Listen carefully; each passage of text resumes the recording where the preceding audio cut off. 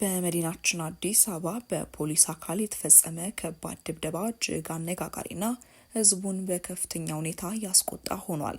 እንዲህ ያለ ድርጊት እጅግ አስነዋሪ ነው። ያውም በመዲናይቱ አዲስ አበባ መሀል ከተማ ላይ ይህንን በተመለከተ ያልተጠበቀ ነገር ተሰምቷል። በማህበራዊ ሚዲያ ሁከት የፈጠረው ይህ ክስተት ይዞት የመጣው ጦስና መላ የአዲስ አበባ ነዋሪዎች እንዲያውቁት የተገደዱት ጉዳይ ምንድን ነው? ፋኖ አማራ ክልልን አቃጥሎ እየሞቀ ነው። ክልሉን በጦርነት ማቆየት ለአማራ ህዝብ እታገላለሁ ከሚል አካል አይጠበቅም። ፋኖች በአማራ ስም የሚለምኑ ካዲዎች ናቸው። ይህ ሁሉ በአንድ ቀን ፋኖ ላይ ዘነበ ማለት ነው። አሁን ላይ የፋኖ ኃይል ያለበት አጣብቅኝና አወዛጋቢ ሁኔታ ባልተጠበቁ ሰዎች ጋድ እየወጣ ነው። እኚህን ሁለት ጉዳዮች በዝርዝር ሰዓታችን ሰፋ አድርገን የምንመለከት ይሆናል። ሰላም ጤና ይስጥልን ውድ የታርጌት ኒውስ ቤተሰቦቻችን፣ በዚህ ቻናል ላይ ወቅታዊና ትኩስ እውነተኛ መረጃዎችን በየዕለቱ የምናደርሳችሁ ይሆናል።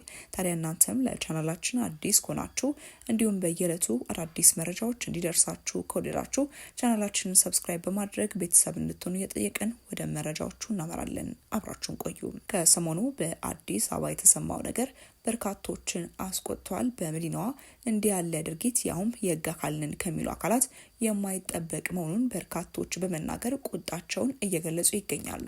በአዲስ አበባ ከተማ አስተዳደር በጉለሌ ክፍለ ከተማ የአዲስ አበባ ፖሊስ አባል አንዲትን እንስት በዱላ ደጋግሞ ሲደበድባት እሷም መሬት ላይ ስትወድቅ የሚያሳይ ቪዲዮ ከሰሞኑ በስፋት ሲሰራጭ ነበር። ተንቀሳቃሽ ምስሉን የተመለከቱ ሰዎች ፖሊስ ጥቃት ሊደርስ ሲል ይከላከላል እንጂ እንዴት ራሱ ለዛውም በሴት ላይ ጥቃት ይፈጽማል የሚሉና ሌሎች ጥያቄ አዘል አስተያየቶችም በመስጠትም በእጅጉ ተቆጥተዋል። በርካቶችም በዚህ ነገር ላይ ከፍተኛ ትችት እየሰነዘሩ የሚገኝ ሲሆን ጉዳዩም እጅግ አስቆጥቷቸዋል። ይህንን ጉዳይ ተከትሎ የመምሪያው የኮሚኒኬሽንና የህዝብ ግንኙነት ኃላፊ ኮማንደር ማርቆስ ለቀረበላቸው ጥያቄ ምላሽም ሰጥተዋል። እሁድ ዕለት ኳስ ጨዋታ ነበር፣ በአንድ ሆቴል እየታየ ነበር። ጉለሌ ክፍለ ከተማ አዲሱ ገበያ ፖሊስ ጣቢያ አካባቢ ነው። ከኳሱ ጋር በተገናኘ በሁለት ጎራዎች ጸብ ተፈጥሮ ስለነበር ያን ለማብረድ ነው ፖሊስ በቦታው ላይ የተገኘው። ከነዛ ሰዎች አንዱ ኮንስታብል አደባባይ ዘለቀ ነው። ኮንስታብል ዘለቀ የመረጃ ሰራተኛ ነው። በቀጥታ ጉዳዩ አይመለከተውም። ለምን ከመረጃ ወጥቶ ያን አይነት አስከፊ ስራ እንደሰራ ግልጽ አይደለም። ከአራቱ ፖሊሶች መሀል ሴቷን በዱላ ሲደበድብ የሚያሳይ ቪዲዮ ማህበራዊ ገጽ ላይ የተለቀቀው እሱ ነው። እኛም መረጃውን ካየን በኋላ ወዲያውኑ ግለሰቡን በቁጥጥር ስር አውለን ምርመራ እያጣራን ነው ያለነውም ብለዋል። ድብደባ የተፈጸመባት ሴት በምን ሁኔታ ላይ ነች? ሕክምና አገኘች ወይ? በምን ምክንያት ነው የተፈጸመው? የሚል ጥያቄ ቀርቦላቸው በሰጡት ምላሽም ምንም ብታደርግ እንደዚህ አይነት እርምጃ መወሰድ የለበትም ሲሉ ድርጊቱን ተቃውመውታል። በቁጥጥር ስር አውሎ መጠየቅ ካለባት በአግባቡ እንድትጠየቅ ማድረግ ነው እንጂ ምንም ብታደርግ መደብደብ አይፈቀድም። እሱ አይደለም ዳኝነት የሚሰጠው በህግ ነው። ባጠፋችው ልክ መቀጣት ያለባት ይህ ባለመረዳት የተደረገ ነው በማለት ነው የገለጹት።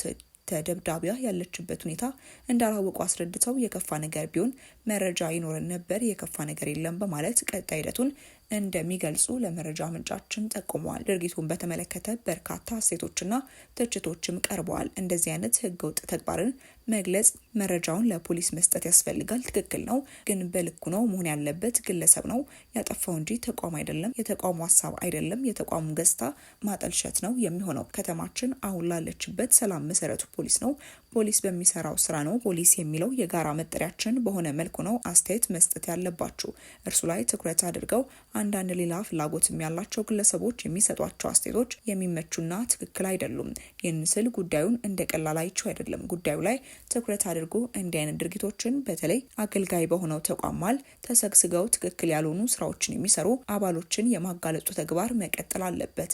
የተቋሙን ገጽታ በሚያጠለሽ መልኩ ግን መሆን የለበትም ብለዋል። ግን አንዳንድ ጊዜ አንዳንድ ግለሰቦች የሚፈጥሩት ችግሮች አጉልተው እስከዛሬ ፖሊስ የሰራቸውን ስራዎች የሚያጠለሹ ግለሰቦች አሉ ሲሉም ተናግረዋል። ዞሮ ዞሮ ግለሰቡን በቁጥጥር ስር አውለን ምርመራ እያጣራን ነው ያሉት ኮማንደሩም በቅርቡ 104 የፖሊስ አመራር እና አባላት በተለያዩ ጥፋቶች ተገኝተው አስፈላጊውን ህጋዊ እርምጃ ወስደናል ሲሉ ነው የገለጹት። ምንድን ያደረጉት? የተወሰደባቸው እርምጃስ ምንድን ነው በሚል ለቀረበላቸው ጥያቄ ኮሚሽነሩ በምክር ቤት ተገኝተው ለተጠየቁት ጥያቄ ምላሽ ከሰጡ በኋላ በ6 ወራት ውስጥ የተሰራውን ስራ በማብራሪያነት ነው የገለጹትም ብለዋል። እንዲህ አይነቱ ድርጊት ያውም በህግ አካል ሲፈጸም ቁጣዎች እጅግ እንዲበረቱም ያደርጋል። የህግ አካል ነኝ የሚል ግለሰብ እንዲያለውን ድርጊት ሲፈጽም በርካቶች ትችታቸውና ተቃውሟቸውን ማሰማታቸው የማይቀር ነው። እናም ድርጊቱ ፈጽሞ ትክክል ያልሆነና ፈጽሞም እንዲህ መደረግ አልነበረበትም በሚልም በርካቶችም በርካታ አስተያየትና ሀሳቦቻቸውንም እየሰነዘሩ ይገኛሉ። ወደ ተመልካቾቻችን እናንተ ስለዚህ ጉዳይ ምን ትላላችሁ? ሀሳቦቻችሁን ሀሳብ መስጫ ላይ ጻፉልን። ወደ ቀጣይ ጉዳያችን ስናምራ ፋኖን በተመለከተ በአንድ ቀን እየወጡ ያሉ መረጃዎች እጅግ አነጋጋሪ ሆነዋል። ፋኖ አማራ ክልልን አቃጥሎ እየሞቀ ነው። የፖለቲካ ዓላማ አለኝ ህዝቤም በደል ደርሶበታል በሚል ሲደሰኩር የሚሰማ አካል እንዴት የትውልድ መንደሩን መሰረተ ልማት አቃጥሎ ይሞቃል? ጥሻ ለጥሻ እየተሽለኮለከ ኬላ ከመዝረፍ ተላቆ የማያውቀው የኬላ አለቃ መከላከያ ለሀገራዊ ግዳጅ የለቀቀውን ቀጠና ተቆጣጠርኩ ብሎ ከፎከረ 24 ሰዓት ሳይሞላው ያስኩት ያለው ቦታ ሳይውልበት ለቆ ሽምጥ ቢጋልብም ቅርብ አዳሪ የሆነው ይህ ኃይል ላኪዎቹን ለማስደሰት ሲል ያደረሰው ውድመት ግን በቀላሉ የሚታይ አይደለም። አያቶቻችን ከነ ልዩነታቸው አድዋ የዘመቱበት አኩሪ ታሪክ እንደሚወራ ሁሉ በዚህ ዘመን ግብጽ፣ ሻዕቢያና ወያኔ ሀገራችንን ለመውረር ሲውተረተሩ ማን በባንዳነት መንገድ ሲመራ ነበር የሚለውም እኩል ይዘገባል።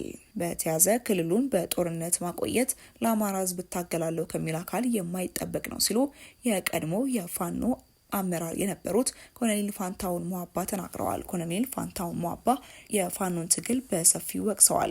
በአማራ ክልል ባለፉት ዓመታት የተደረገው የትጥቅ ትግል ክልሉን በልማት ወደ ኋላ እንዲቀር ያደረገ እንደሆነ የአማራ ፋኖ የአፋድ ምክትል ሊቀመንበር ወታደራዊ አዛዥና የወሎ ቤተ አማራ ጠቅላይ ግዛት እዝ ዋና አዛዥ ኮሎኔል ፋንታውን ሞአባ ገልጸዋል። ኮሎኔሉ ወደ ትጥቅ ትግል ለመግባት መነሻ የነበሩ ምክንያቶች የአማራ ሕዝብ የህልውና ስጋቶች፣ ፍትሐዊ የልማት ተጠቃሚነት፣ የትክክለኛ ውክልና አለመኖር፣ የሐሰት ትርክትና የወሰን ማንነት ጥያቄዎች እንደነበሩ አንስተዋል። ነገር ግን ወደ ትግል ከገባ በኋላ በአማራ ሕዝብ ታሪካዊ ጠላቶች በትነግ በሻዕቢያና በግብጽ ትግሉ ተጠልፏልም ብለዋል። እነዚህ ታሪካዊ ጠላቶች የአማራ ሕዝብ ጥያቄዎች እንዲፈቱ ፍላጎት የሌላቸው ኢትዮጵያም እንድትፈርስ የሚፈልጉ መሆናቸውን ታሪክ ይመሰክራልን ብለዋል። አፋድ ከነዚህ ታሪካዊ ጠላቶች ጋር የሚሰራበት ዓላማ ስለሌለው ወደ ሰላማዊ የትግል መድረክ መጥቷልም ሲሉም ገልጸዋል። ባለፉት ዓመታት የተደረገው ግጭት በአማራ ክልል በማህበራዊና ኢኮኖሚ ዘርፍ በርካታ ጉዳት አድርሶበታል። የሰላም እጦቱ ክልሉን ወደ ኋላ መልሶታልም ብለዋል።